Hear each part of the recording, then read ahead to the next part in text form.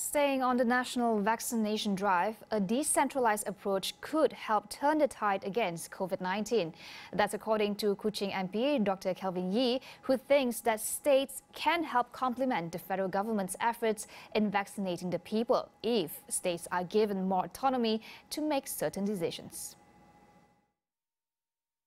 On a national vaccination program, what I'm talking about is decentralizing so that the state governments actually have more autonomy, have more power to make certain decisions. Actually, based on the federal constitution, when it comes to public health emergency, it is a joint responsibility because it's on the concurrent list.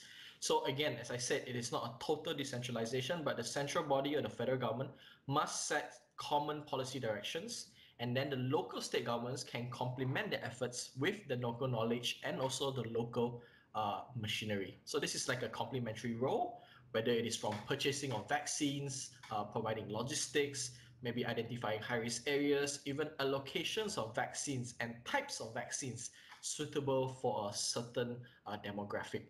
So you see, the state should be given certain power to decide on considering the local context, including, in my view, vaccine appointments in rural areas, especially in Sabah, Sarawak, and even in Kelantan.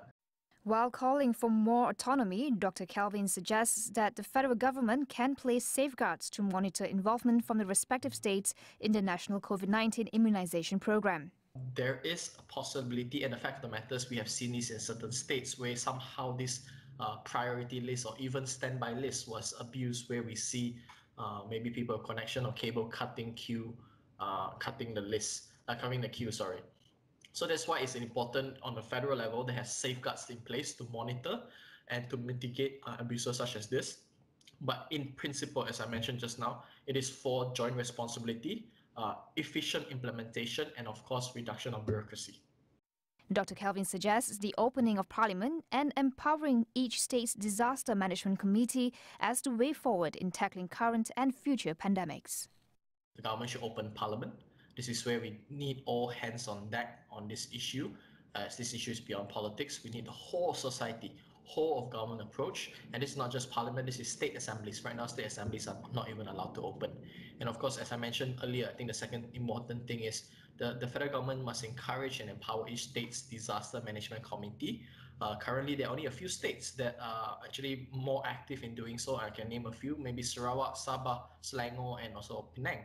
I think moving to the future, especially when we are dealing with future pandemics, all states should be empowered to complement efforts from the federal government, especially to mitigate a public health disaster.